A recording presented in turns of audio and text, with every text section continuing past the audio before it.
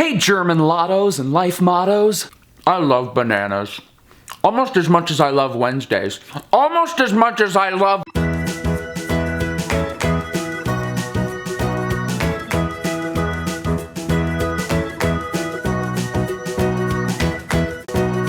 Hey everybody, my name is John and welcome to A Day in the Word, the internet's favorite Bible study. Before we get started with our reading today, I wanted to give one little Bible study tip, because we talk about it all the time on this show. The Bible can be very scary, it can be very intimidating. There's just so much information and so much we can get out of it that sometimes we don't even want to open it at all. But one tip, something that I do sometimes when I'm faced with a chapter that I feel is really intimidating, is I break that chapter down into sections, and some Bibles do that for you. You have a section here, and then it breaks it up into a section here.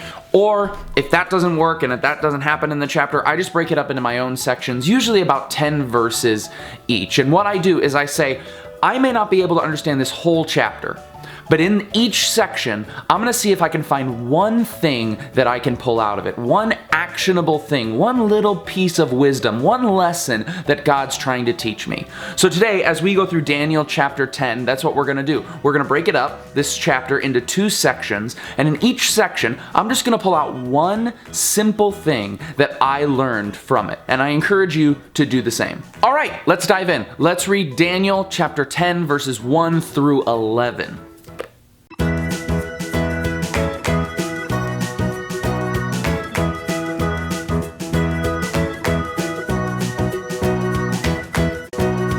So getting right into it, the thing that I pulled out of this section was actually in verse 2, where it says, "At that time, I, Daniel, mourned for 3 weeks. Then in verse 3, I ate no choice food, no meat or wine touched my lips, and I used no lotions at all until the 3 weeks were over." And last week, when we studied Daniel chapter 9, we talked about gaining insight and clarity in the scriptures and our relationship with God. And generally, that's something that most of us desire. But what this verse reminds me is that having that understanding isn't always easy. When we gain clarity in our relationship with God, we get a clearer view of who God really is, and that is an amazing thing.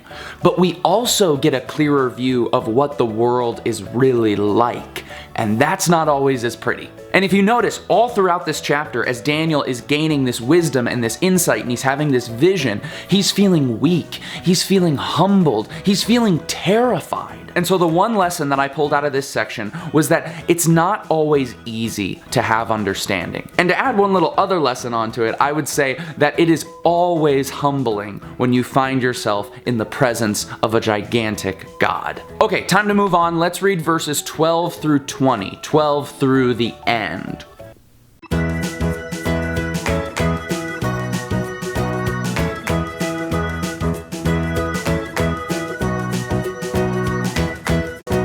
So I don't know where the lesson came for you in this section, but for me, it came right away in verse 12 when this being or this man or whatever Daniel is talking to in this vision says to him, "Do not be afraid, Daniel. Since the first day that you set your mind to gain understanding and to humble yourself before God, your words were heard, and I have come in response to them." And the one simple lesson I take away from this is that God always hears our prayers.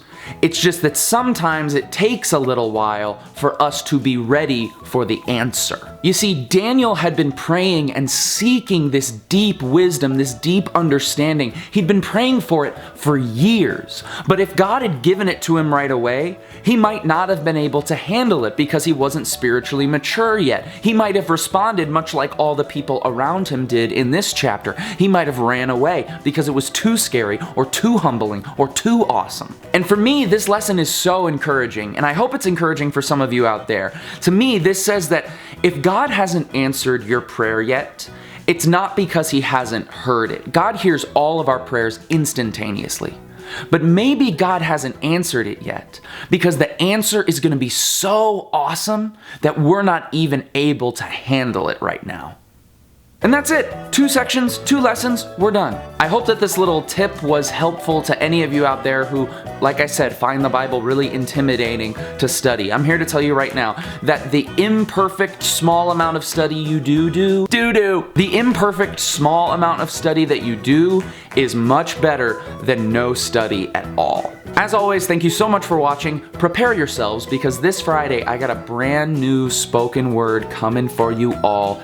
It's gonna be a good one. I am so excited for you all to see it. Make sure to tune in this Friday. I might even release it like Thursday at midnight, so right away on Friday. I don't know, you're gonna have to go to the channel and check it out. Thank you all for watching. Subscribe to the channel, share the videos. I love you all. Keep being awesome. Bye.